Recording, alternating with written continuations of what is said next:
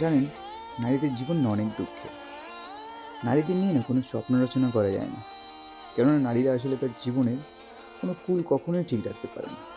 বাবার সংসারে একরকম আচরণ করে থাকতে হয় তাকে, বিয়ে হয়ে যাওয়ার পরে স্বামীর সংসারে গিয়ে আরেক রকম আচরণ করতে হয়, আবার বৃদ্ধ বয়সে গিয়ে ছেলের সংসারে গিয়ে আরেক রকমের রূপ ধরতে হয়। মানে বলে না, নারী বহুরূপী। এই কথাটা না একটা পজিটিভ অর্থ আছে আমার কাছে। নারীরা কেন বহুরূপী হবে না? সময়ের সাথে সাথে নারীর না নিজস্বতা খুব কম হয়ে যায়। সমাজটা এরকম যে নারীকে বারবার স্রোতের মধ্যে ঠেলে দেয়। নারীকে অনেক কিছু সইতে হয় জীবনে। আমার মাকে যেমন সইতে হয়েছে। নারীর জীবনটা আসলে খুব বেশি যে সরল এরকম বলা যাবে না। প্রতিটা নারীর জীবন খুব যন্ত্রণা। এক একটা ধাপে এক এক রকমের যন্ত্রণা। এই যন্ত্রণার কোনো সীমারেখা নেই। আমার তো মনে হয় প্রত্যেকটি নারীর আসলে যন্ত্রণার বিশাল বড় একটা গোডাউন তৈরি করে রেখেছে তার হৃদয়ের ভিতরে। খুলে দিলে পুরো পৃথিবী প্লাবন হয়ে যাবে।